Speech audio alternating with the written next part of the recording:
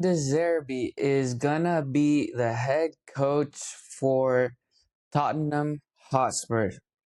And man, this is the gamble of a lifetime. I can't believe that he took that job.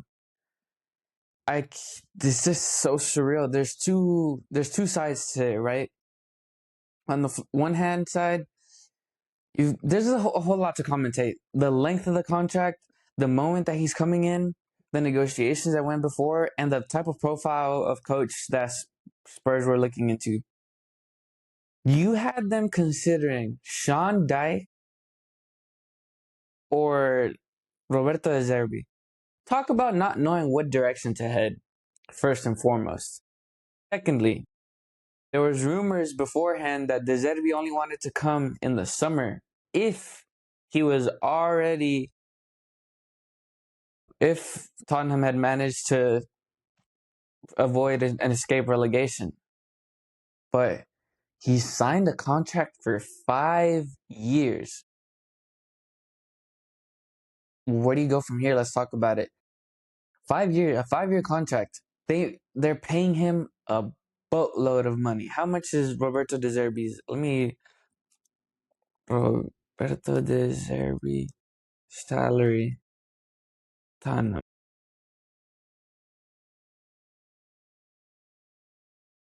There's no way. 12 million per year. You know what? Hey, hold on. You know, we are all the fools. This man secured the bag. 12 million a year is what Roberto De Zerbi is gonna be making at Tottenham. Now it all makes sense, man. I'm tripping. Anyways, is it a gamble though? Salary, money, and funny stuff aside. Yes, it is. It's a heavy gamble on all sides, on all parties. Either this is the greatest appointment ever, and this is the cornerstone from which Spurs are able to rebuild their future and they're able to escape relegation, or this is going to be one of the worst appointments in Premier League history. There's no in between. Is there? I can't fathom or see a world in which Tottenham get relegated and De Zerbi stays. I think he jumped ship. I think so. There's plenty of clubs that are going to be looking for a coach in this upcoming summer. And De Zerbi is a hot name. He'd be one of the first names on the list. I think he jumped ship, quite honestly, quite frankly.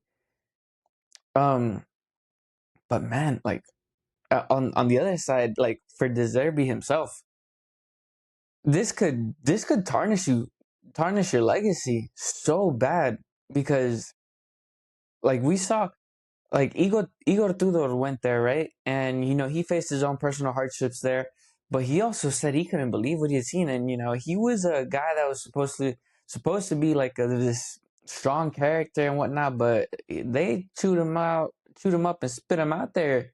Tottenham, I believe they still haven't won a game in 2026. My mistake if that's wrong, but De Zerbi, this is one of the biggest gambles for your reputation, for your direction, because like it or not, if he fails miserably here, that's a direct hit on your reputation. That's stuff that you probably can't get over. You know how like once you get that bum gene on you, it's hard to kind of shake that off.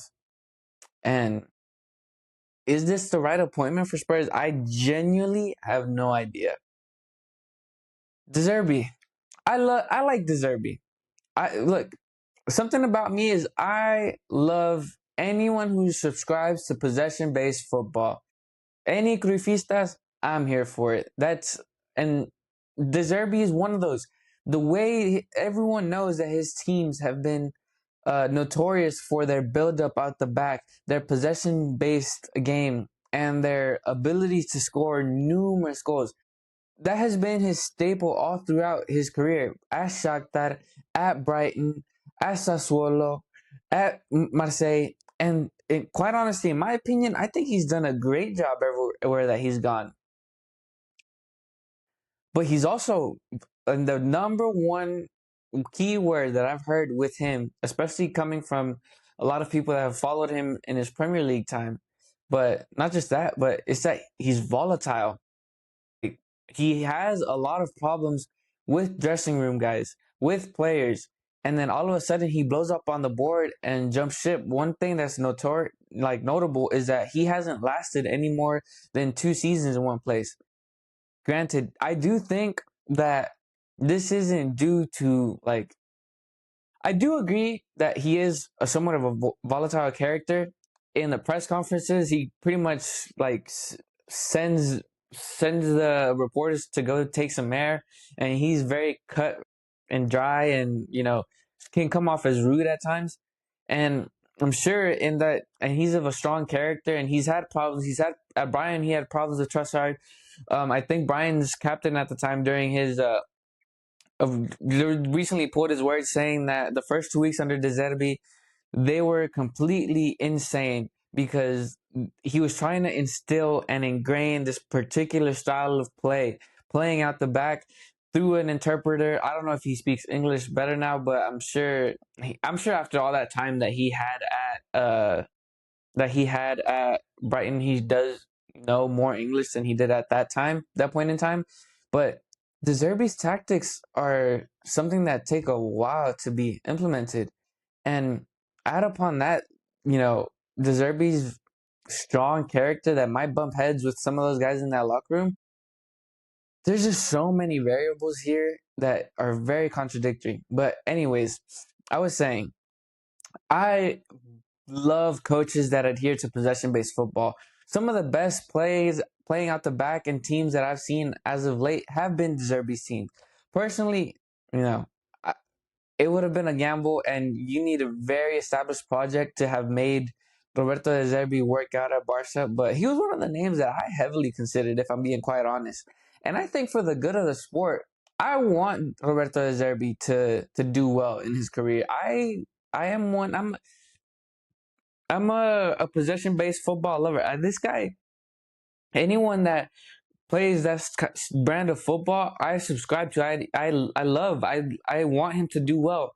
And as someone that wants that Cruyffista, style of play, entertaining football to continue to expand and assert itself in world football, because I think the sport is dying, and like there's a lot of pragmatism nowadays, and lots of boredom surrounding about the game.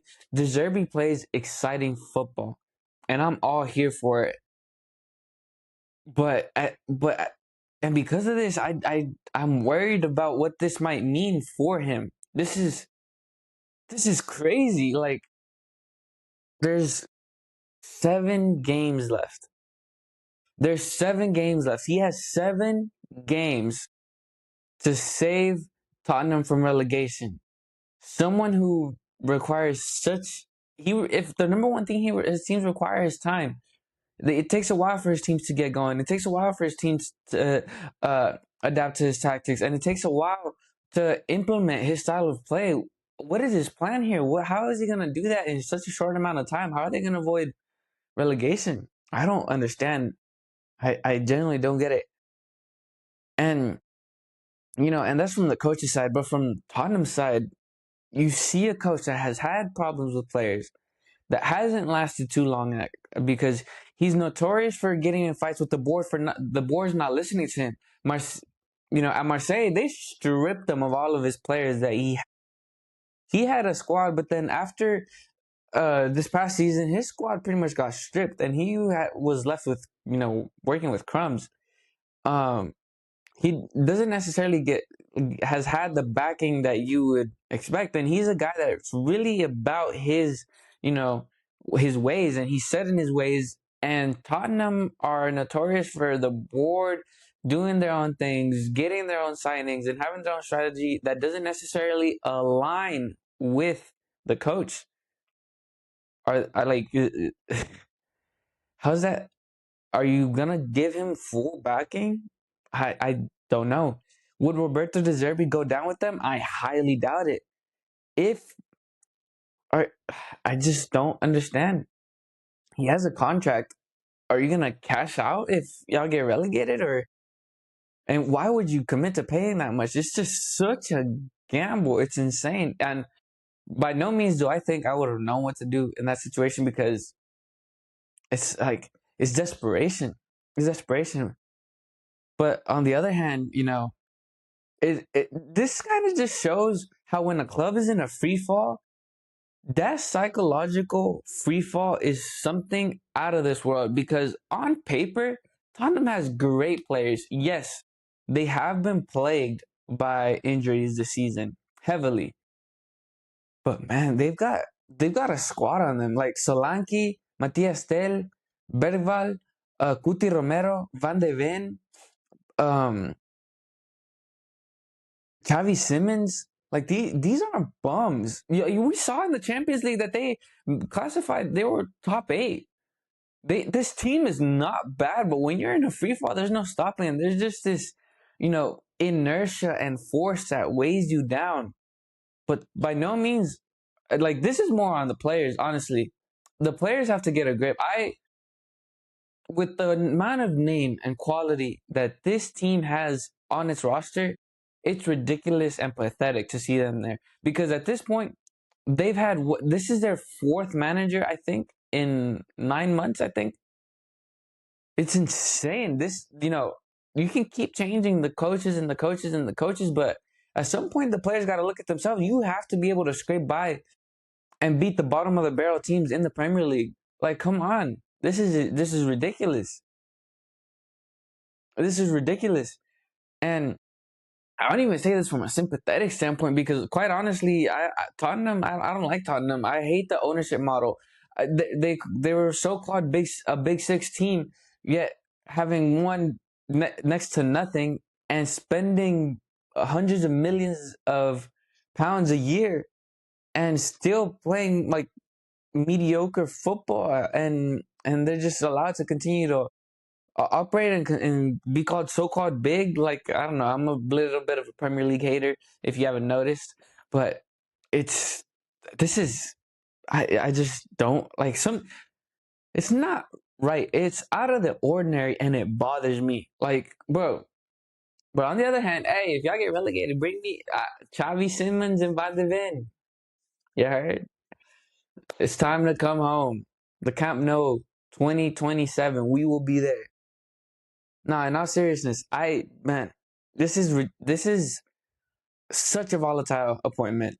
Roberto de Zerbi plays some of the most wonderful football once his gameplay is installed, but man, I don't know if they could do it.